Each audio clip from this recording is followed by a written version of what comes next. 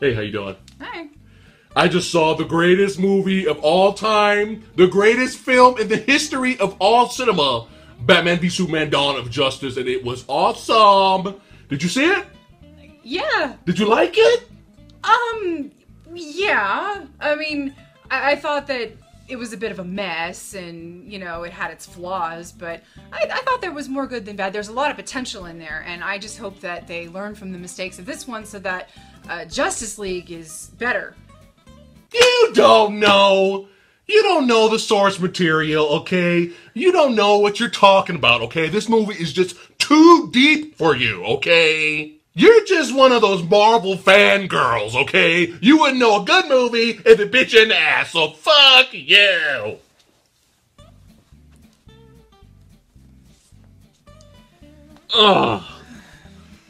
Oh, Jesus. God, I just saw like the worst fucking movie of all time. Like the worst movie ever made. Batman v Superman: Dawn of Justice. Did you see that pile of shit? Worst movie ever made. Oh, I saw it. What'd you think? Oh, well, I didn't think it was shit. I mean, it wasn't great, and yeah, it was a deeply flawed movie, but I don't know. I feel like there was more good than bad, and, you know, there's still a chance that they can pull out of this.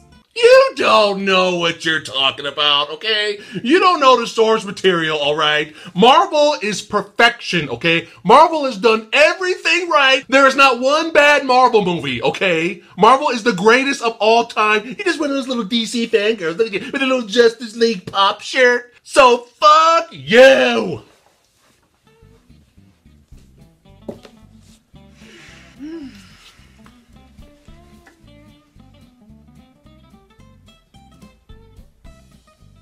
Yes? Do you have an opinion? About what? About anything? Yeah, sure. Well, fuck you!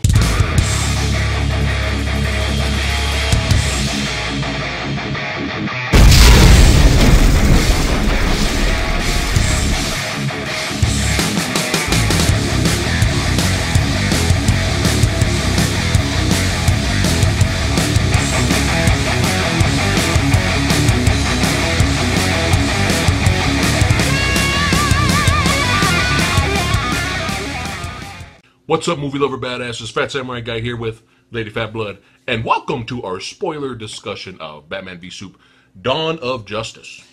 Yeah, because we are on the cusp of what everybody is talking about these days. A mere 3 weeks after the movie has come out in theaters and everybody said everything that there is to possibly say about it, I just thought we probably focused more on not so much of a spoiler review discussion, but more of a what we felt worked and what we felt didn't work.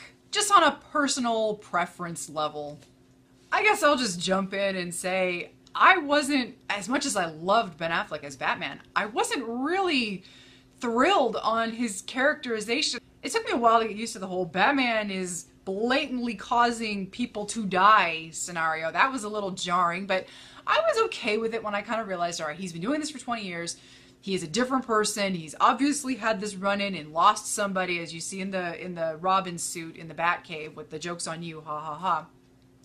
And so, putting that aside, I was kind of wondering where the hell the world's greatest detective had gone. His motivations are perfectly clear, but honestly, I felt he was completely irrational when it came to his obsession with killing Superman. Now, granted, he maybe psychologically he's just gone at this point, but okay, so he sees all the carnage that goes on in Metropolis at the beginning of the film, which takes place at the end of Man of Steel. It is clear that Superman is fighting against these three beings who are hell-bent on domination and destruction and all that, yada yada yada. It was like a Kryptonian army almost. Basically, yeah. And so it's clear that Superman was fighting against these people.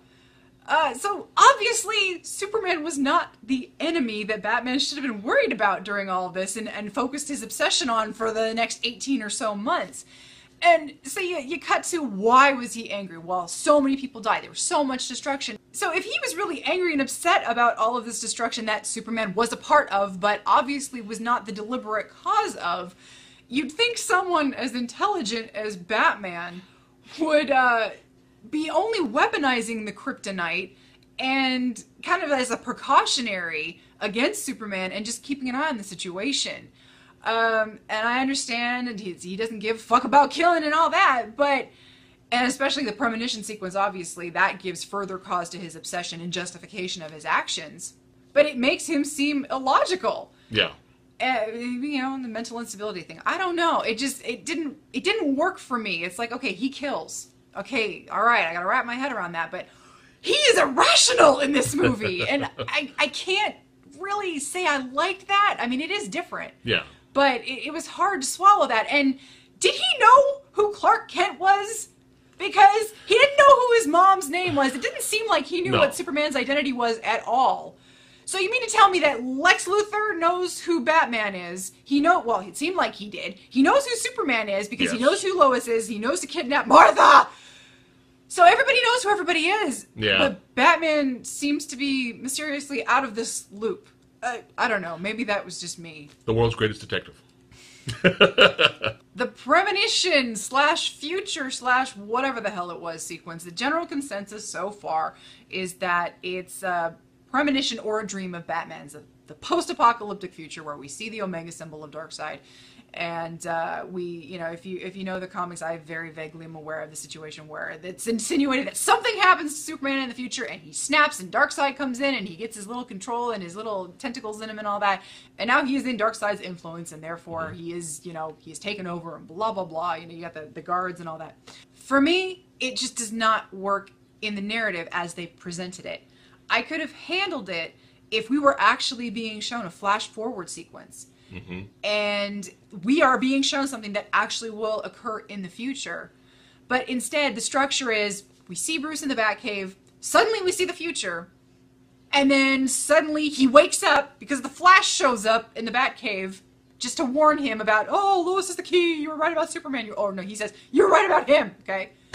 And then Batman wakes up again! Yeah.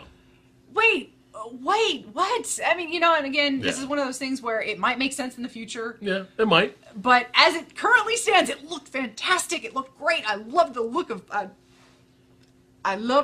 little Batman in the post-apocalyptic era. I loved all that.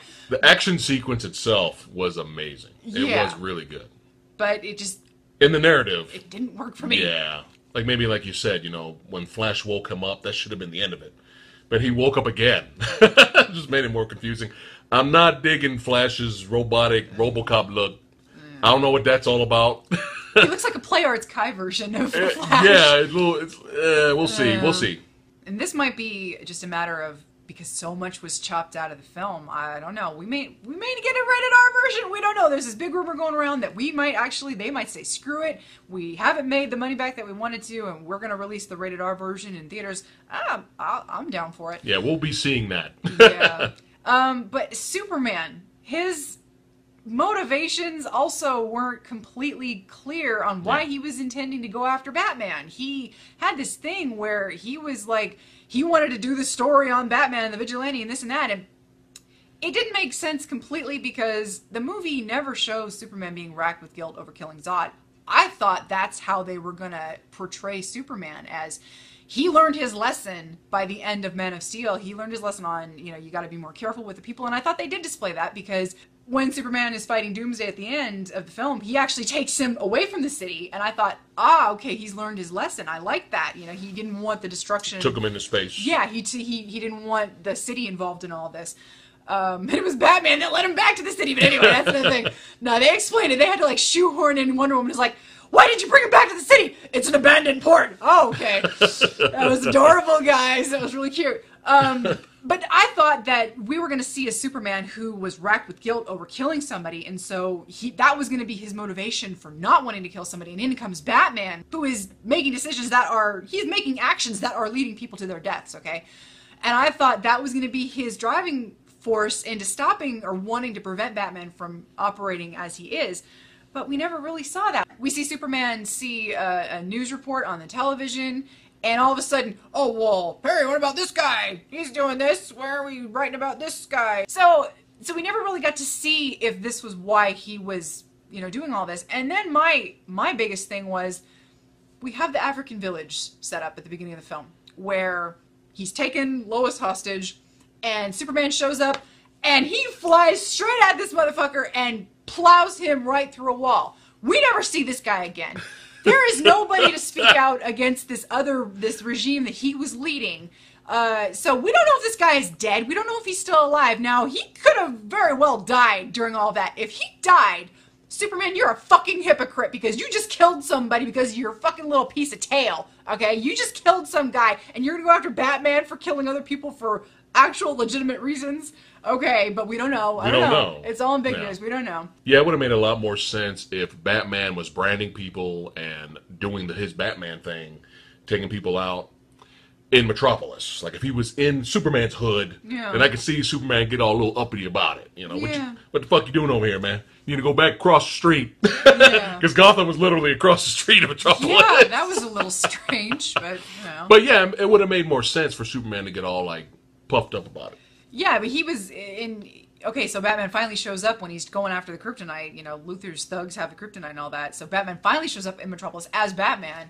Okay, well, that made a little more sense. But Superman was already wanting to go after him before this. So it was kind of like, okay. The conflict plot. The whole conflict that was the first, I don't know, third of the movie, where Superman is being blamed for the deaths in the African village. It does not make sense. It was so convoluted. I get it. Lois was sent there as a decoy to eventually be held hostage, as she does, because that's what she is in this movie. She's rescue bait. So Superman can rescue her. But did he kill her captor? Again, we don't know. So we don't know if he killed him. Superman obviously didn't kill the rest of the regime that was protecting the village. So he didn't kill them. So obviously he didn't kill them. Luthor's men killed them with bullets, which there's evidence that they were shot up with bullets. Okay, so what exactly is he getting blamed for? All right, so he shows up. Those people just die for whatever reason. He didn't kill them. But what the government seemed to be really up in arms with was because they were killed, another regime came in and basically punished the village that regime was protecting. And so the real point of contention was that innocent villagers ultimately died. But, as it still stands, Superman didn't kill any of them! He was just there saving his trophy. So why was everybody... It was like this forced conflict that it was just... The setup was...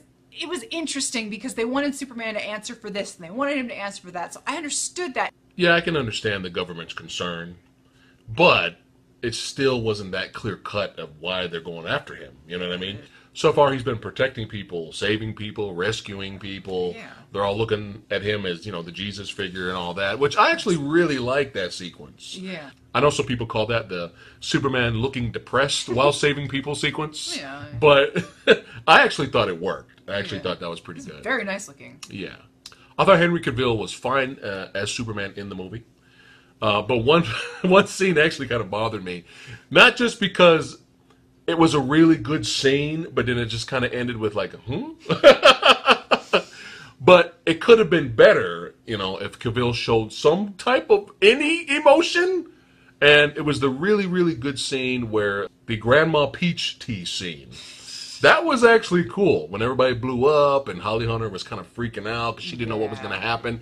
And damn it, it made sense, but Mercy, go ahead. Just in case people out there who don't know who Mercy is. The only recollection I have of Mercy is from the Superman animated series back in the mid-90s. And one of the episodes that I remember that was really jacked up was that Mercy was basically kind of a puppy dog for Lex Luthor. She was his... chauffeur, she was his bodyguard, she was whatever he needed her to be, and he treated her like absolute shit. And there was one episode in particular that I remember where Superman was just like, dude, why do you take this crap from him? And Mercy was like explaining how he took her in and he gave her a purpose in life and yada yada yada. Well, at one point Mercy kind of saves Lex and gets crushed by something, but she's not dead, but she's surrounded by flames and she's crushed, she's trapped, she can't move. She goes, Lex, help me! Lex turns around. He just runs. He buggers right the hell off, and he just like, screw you. Doesn't give a shit. And the next thing we see her is she's bandaged up. She's in a cast. She's like all just bandaged the hell up, bruised and everything. And there she's limping along, opening the car door for Lex, and Superman's just looking at her like,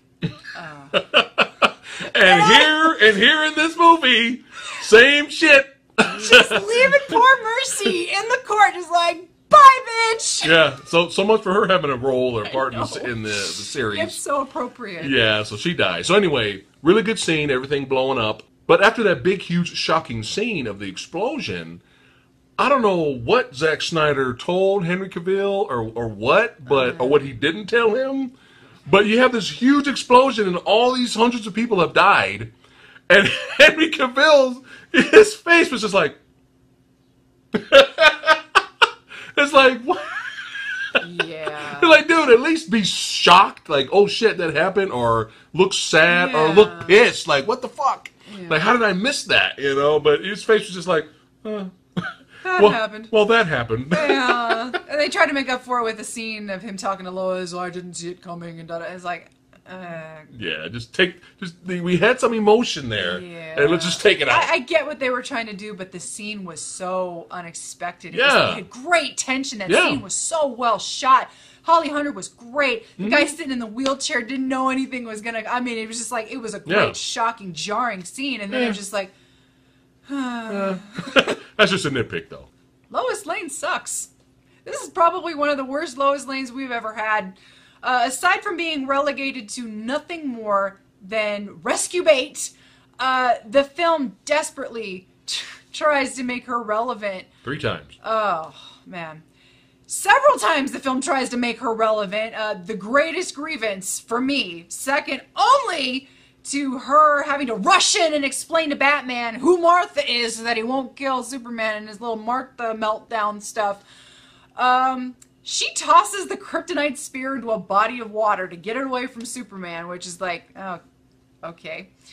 Only to magically realize that Superman needs it 15 minutes later so that he can kill Doomsday. Suddenly she realizes, oh, for no reason. Magically realizes. Yeah, just, he might need this. She doesn't know what Doomsday is, but hey, let's get it. Let's go get it. And then let's almost drown. Let's almost drown getting the spear. And then let's almost drown your boyfriend right after that. So he has to go save her for a 3rd time, and he just buggers off and goes, fuck you, Wonder Woman, fuck you, Batman, good luck fighting Doomsday. Should have had Aquaman come out of the water and hand her the spear. Lex Luthor's comical scheming. Oh. Whoop! Oh. Oh. So he's managed to orchestrate everything.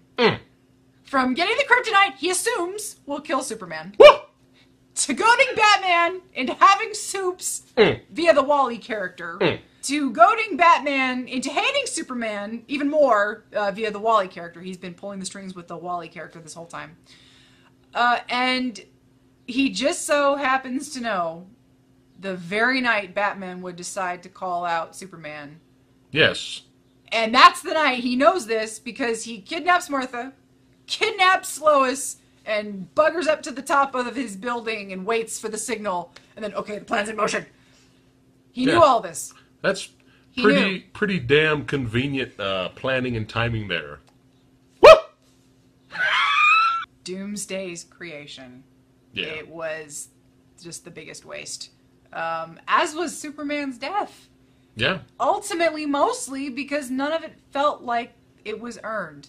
No. For me, it was just like, oh, we've got Zod's body, let's clone him, or whatever, let's do whatever the hell we're doing with him, oh, let's drop some blood in her because it's forbidden stuff, and blah, blah, blah, and oh, we've got our Doomsday, but that's not really Doomsday. It's not really Doomsday! And then Superman's death, it's like, it felt like this should have happened in, like, the second Justice League movie. It felt like we needed him more. Yeah. Couldn't have even died in his own movie. He had to go and die in BVS. It's like, okay, well, now we have nothing to look forward to later. Yeah. Look forward to, but you know what I mean. Now, what did work was the line that he said. I would have to admit that was actually cool. Because earlier in the movie, when everybody's against him and he loses hope and he has to go fly to the mountain to meet his dad. Or, to find himself, basically. Yeah. Before he leaves to do that, he tells Lois, this is not my planet. And right before he does that last shot, stab, and sacrifices himself And while killing Doomsday, before he does that, he tells Lois, "This is my planet." Yeah. And I thought that was actually pretty decent writing right there. But the problem is, everything felt so rushed in the movie. You weren't really emotionally attached to anyone, not even really Batman. And he's pretty much the greatest thing, like, in this movie. You didn't really care that much on what was going on around the characters. That's the point I'm trying to make, is that it was just so rushed and slapped together that you just were like, all right, let's just get to the next scene. And we weren't emotionally invested that much in what was happening around these characters. So when Superman dies, I almost had the same reaction that Henry Cavill had when the courtroom blew up. Seriously, I'm sorry. I'm sorry, but when he died, I was just like, oh, that happened. You know, I was still I was kind of surprised that they even threw in the death of Superman. Yeah. You know, you got Batman v Superman movie, set up the Justice League movie, death of Superman movie, all in one movie. Waste your Doomsday movie. Yeah, and it was just kind of like, yeah, it sucks seeing Superman die. It sucks. I was just like, well, that sucks. That was my reaction. Yeah. But I should be like, bam. Yeah. Like, I should be like tearing up a little or something. I mean, didn't it feel like we didn't have him long enough? I There mean, you go. he wasn't fully Superman in Man of Steel. You know, it was Yeah, an it was- origin it story. was the origin So it story. takes a while to get things going. And then in this, it's like, oh, we picked up 18 months later, and he's, you know, whatever. And He's looked upon as the bad guy, and yeah, it just then felt, he's dead. it just felt like we didn't have him long enough to actually grieve his death. Yes. And then to add insult to injury, they're trying to tug on our heartstrings. That at this point, my heart is like a block of ice. I'm like, you know, I want to care, and under normal circumstances, yeah, I'd be like, oh, that was good. But I was like, nah, it's sad, but not like I'm not, you know, feeling it like I should. Yeah. And then they do the whole engagement ring thing, and I'm like, all right, you know what? Yeah, that was stupid. I don't give a fuck about Lois. You've just wasted Doomsday. You've wasted Superman's death. The last thing I give a fuck about is he was going to propose to her. And that was very fortunate that he sent off the engagement ring to his mommy. Yeah, why? Must be trying to copy Lex, you know, with that convenient, excellent planning. Yeah, that psychic, you know, ability that they got there. And because not everything is clear-cut and black and white, there were some things that we thought kind of worked. One of which was the Bat brand. Oh, what a great concept to show how sadistic Batman is now. But it kind of doesn't make sense to me. I don't know. There are only a few things that would get somebody killed in prison these days, to my knowledge. One would be being a snitch. One would be being a pedophile. And one being a child killer. I rarely hear of any other instances aside from inter-gang beefs and whatnot that'll actually get you killed. Like, people will gang up on you to kill you because you've done something terrible. But the movie presents the Bat brand as a death sentence because the concept is he brands people, they get sent to prison, they see the brand on him, and the prisoners kill this guy that has the Bat brand. But wouldn't that be kind of a badge of honor? Yeah. Unless the Bat brand specifically meant you did something terrible, which they don't really establish that. They just say he brands criminals, sends them off to jail. Yeah. Wouldn't that be like, oh, hey, you got a bat. What'd you do, man? What'd you do? What'd you do? Man, you survived Batman? Holy shit, look at this guy. So, yeah. you know. So the concept was cool. Yeah. The Batman branding people was cool. Yeah. But then the other half of it is like, would they really kill? Wait a minute, what? Maybe if the Bat brand said snitch on it. Snitch. And Lex's motivations kind of came across. They were a tangled mess, and not aided at all by his Riddler-like performance, of course. So the film tries to hint as to why he hates Superman so much, and his disdain for anything resembling God. Yet he ends up creating a godlike creature, but he just calls him the devil, so... No, you created a creature from a creature's DNA that's godlike. So no, Lex, no, you didn't create the devil, okay? It didn't make sense. No, but I did enjoy that the movie dropped hints throughout pertaining to his background, in that his dad was, he grew up among the Nazis, and his father had his own skewered religious views. and basically saying that Lex was beaten by his father. Probably among other terrible things. His father probably tortured him as a child. Yeah. You know, when you act like that when you're an adult, yeah, you probably went through some shit with your parents.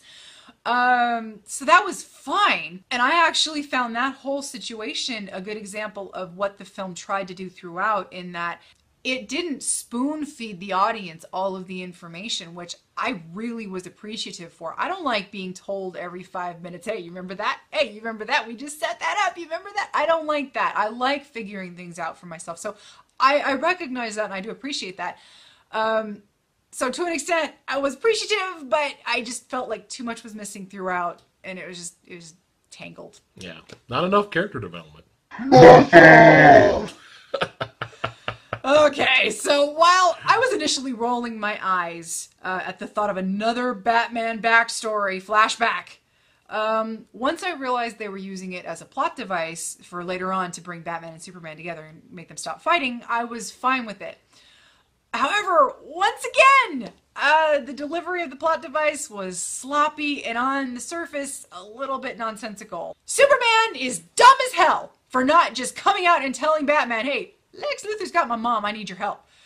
Granted, okay, Batman, he's not stable, I get it. And he didn't really give Superman a lot of room to talk before the confrontation went down. But really, it takes a kryptonite spear to Soup's chest before he sputters out a sentence that nobody would actually say. If you're referring to your mom, you're not going to say, you're letting him kill Martha. That doesn't mean anything to the person who's about to kill you. The person that just scarred your face before impaling you. And it was all for the sake of just a dramatic moment to see Batman lose his shit. So kind of 50-50 worked for me. I think the concept worked. Yes. I think the idea behind this worked. I think what they were trying to go for is not just the fact that, oh, your mom has the same name as my mom. I think what they were really trying to go for is the fact that Batman stops and realizes that, holy shit, this alien thing, this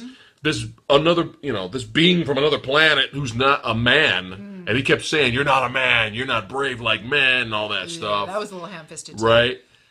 I think he was tripping out because he was like, holy shit, this guy actually has a mom? Yeah. I think that was the idea. Yeah. And it was a good idea. It wasn't that bad. I think the heart was in the right place. Yeah. But it was just so blah, blah, blah, blah. Martha, we're best friends now. We're super friends. Bruce's change of heart and logic by the end of the movie was a little bit rushed. He not only stops killing people after Soup's death, an example, he decides to not brand Lex while he's in prison by the end of the film. But his reason seems solely to be, I failed him in life, I will not fail him in death. What's his name again? Right? So the guy you tried to murder 2 days ago is suddenly the reason you want to be a better person. Okay, another example of a much better concept in theory, but just falls a little bit flat in practice. Now we're going to talk about what worked for us. So after the mandatory Bruce Wayne flashback sequence we get at the beginning of the film, which I loved. I thought it looked great. Cinematically, it was just shot so well, and the music that went along with it was like, oh, it's too much. We get straight to the real beginning of the film, where we see what Bruce was doing during the finale of Man of Steel, where Metropolis is being decimated. We see that he's on a helicopter straight to Metropolis, and he rushes headlong into it. So we get to see the consequences of the Superman and the Kryptonian fight from the ground perspective, which, again, filmed fantastically. There was this sense of urgency. It was awesome. That's how you open a movie, man. Exactly. I remember that was the first impression. I was like, I'm loving this whole setup. So it was not only an intense sequence, but it was a really great way to quickly and clearly set up why Bruce intends to take down Superman and why he's so obsessed over this whole situation. We see Bruce driving frantically through the city, into the traffic, into the chaos, eventually running on foot straight into the chaos as his building collapses. It's his building. He knows the people that are in there. And I thought that was a good connection. And the whole scene, it's effective. It's really eerie at times, just because it's just what it is. Well, it's a little scary when you're looking from the human perspective out the building, and you see Superman and Zod like coming at you, crashing through the building, and then the building's gonna fall now. That's kind of scary, man. There was this sense of this is real shit, and I love the hell out of that entire sequence, and I love Bruce's face as he looks up and he sees his building after it's just been decimated, and he's holding the child that he just saved from a piece of debris collapsing in on her. And you just see his face, and it's just like, oh, that face, that's gorgeous. And it's also great with the emotional realization of Bruce that this little girl has just lost her mother. And of course, we all know what that means to Bruce. So soon after the kind of semi-botched court sequence, and Superman kind of flies off and, you know, goes to pout for a bit. Clark is off on his own, and we find him on top of this snow-peaked mountain. Very beautiful, very picturesque and all of that. And we're given this really nice scene where he's having a conversation with his human dad, Jonathan Kent. And that was really unexpected. I didn't know Kevin Costner was making a cameo in this, so that was nice. Hey, something that wasn't ruined, yes. And Jonathan's dialogue is very relevant to the film in discussing how actions, no matter how well-intentioned, can give tragic consequences. He gave this, you know, sage words of wisdom as, you know, the dead fathers and uncles of these comic book stories always give the main protagonist. It had a good emotional balance to it, and it ends with Jonathan telling him that he misses Clark, and Clark, as he says he misses him too, Jonathan is suddenly gone, and you get this really quiet sense of sadness. And, you know, I think that was a really good scene. Everybody can kind of relate to, you know, speaking to those that you've lost and realizing how much you miss that person. And it was a nice humanizing moment for Clark as well. I know I brought this up before, but I have to harp on the fact of how much I love the fucking score in this movie. We got Hans Zimmer teaming up with the amazing Junkie XL. I adore both of these guys. Keep working together. Don't ever separate. Keep doing this. Oh, don't get rid of them, DC. Warner Brothers, you keep these guys in your fold, I swear. And one of the few things that I really enjoyed about Man of Steel was the score, which was, again, Hans Zimmer and a little touch of Junkie XL in the collaboration department on that, too. And of course, so Superman has his theme from Man of Steel. They brought it back in this, and I love Superman's actual theme itself.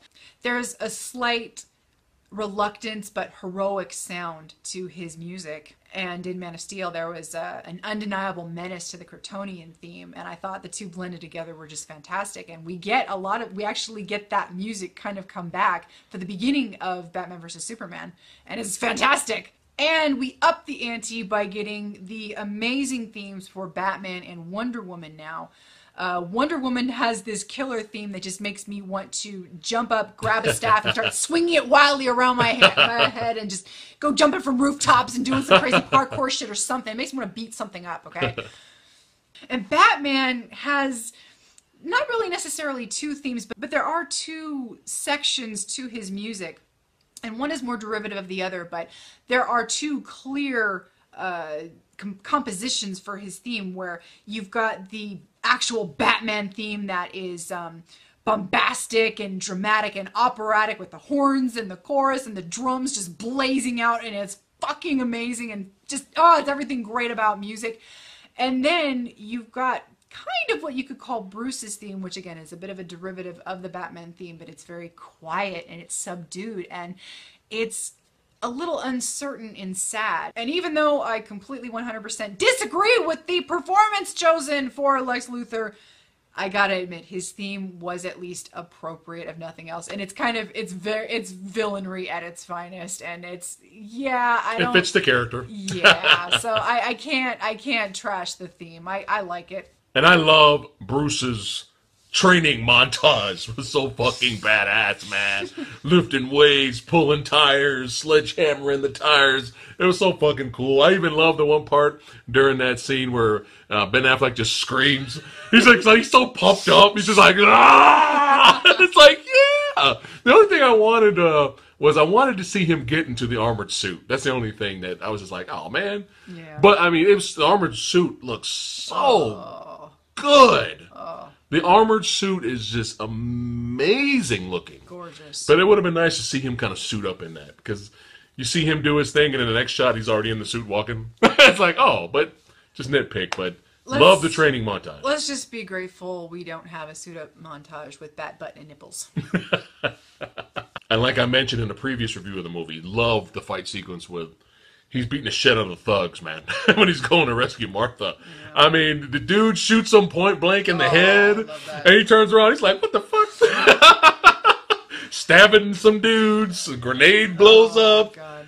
Oh, it's beautiful. Yeah, we've never seen Batman portrayed this brutally on the big screen before, and we loved every minute of it. It's a thing of beauty. Absolutely. And what I kind of found interesting was even though the Martha motivations were a little sloppy,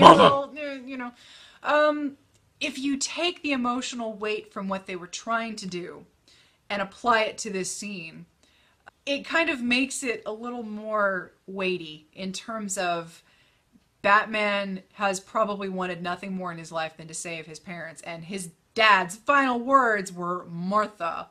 And when you really think about it, all this man in this giant suit really is just a boy that wants to save his mother. I loved Bruce and Alfred together. They have some really good banter between each other. I enjoy the jabs Alfred is kind of always digging into Bruce with. And some have issue with Alfred not being just a butler anymore. The character of Alfred has evolved over the past few years. You know, even in The Dark Knight, Christopher Nolan's trilogy, in The Dark Knight, we knew Alfred had a past of some sort when he was talking about the story about how some men just want to watch the world burn. He was talking about an incident of when he was with this group of guys. He's not just a butler.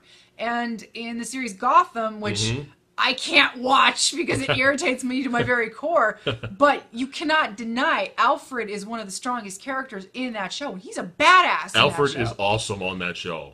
Yeah, and so I like that he's not only the anchor, probably the only anchor that Bruce had as a child, but now he's a real ally and kind of a jack of all trades. I liked it, and I really liked them setting up the voice manipulator.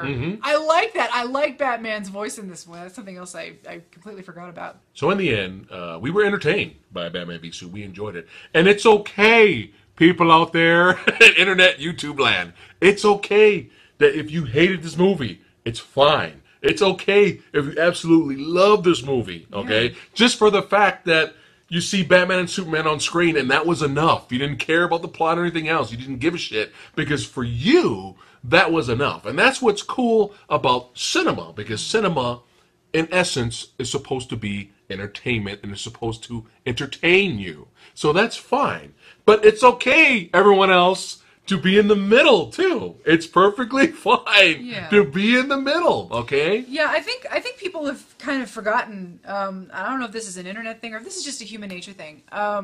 Just because you love something and I don't, I personally do not think my opinion is more valid than yours. If you love the movie Avatar, if you love the movie Twilight, if you love Batman vs. Superman and you honestly feel that this is the best movie you've ever seen, I am so happy for you because you found something that you love. You found something that you're passionate for. Just because I don't share your opinion, that doesn't mean anything to me, and it shouldn't mean anything to anybody else out there. But this movie has divided so many people, and I have seen people's inner snobs come out in both camps, and the people who love it and the people who hate it. And it's like, this is not what this is about, people. This is not a DC versus Marvel thing for us. Yeah. I have been praying for a more comic book based Batman film ever since the Nolan trilogy was finished. The Nolan trilogy served its purpose, and I feel that with BVS, and especially with the news that Ben Affleck himself, he is directing the next Batman movie, and he's helped write it. God. I am so excited that I am one step closer to getting the Batman that I want, and I feel that we all are ready for now. The comic book movie genre is limitless in what they can do. You can get away with anything now. Guardians of the Galaxy has proved that. I hope Suicide Squad kind of drills that even closer to home. Fingers crossed. Yeah, but you can do whatever you want now, and I think Batman is ready to expand. And Justice League, I still have a slight hope that Warner Brothers and DC have taken notice of the criticism this time that they didn't take note of in Man of Steel. And I think they're kind of getting hit by their wallets. The mere fact that there's a rumor out there right now that they're wanting to release the R-rated version because this version is considered a disappointment to them right now, which is staggering. That's crazy. It made so much money, but then again, their expectation was what? Below, it was supposed to make $1 billion? Anything below $1 billion was considered a disappointment. And it's because of not only the budget, but how much they put into marketing and just various crazy. factors. That's nuts, man. It is. And that's the world of Hollywood, and that's the world we live in. You make these mega blockbusters, and you have to have returns on them, or they're considered a failure. But, you know, obviously, it's kind of hitting them in their wallets, and, you know, we're not just a bunch of rambling, raging nerds. Okay, yes, we are. But we love these characters. I might not love all of them as much as I love this one, but I love this one, and that's enough to keep me going through the franchises. And I am actually curious to see what they're going to do with Wonder Woman now. You better keep her music in her own movie, damn you people. I still have a little bit of hope left for this. I want to see what they're going to do. I want to see how they can pull out of this. Honestly, it looks bad. I mean, it doesn't look good right now. That's what we're saying. We want DC to succeed. Yeah. If BVS didn't live up to everyone's expectations, then that's BVS. But we hope everybody else can pick up the slack. You know, and you know, Justice League's got a shot. Justice League's got a really good shot to be the huge, gigantic $2 billion maker. It'll never happen. I know. It's got a shot, but it's sad. It's really sad because I mean everybody freaking out. I don't know if you've been keeping up with panels for all these different movies coming out, Aquaman movie, but everyone in Flash movie, everyone is stressing the word fun.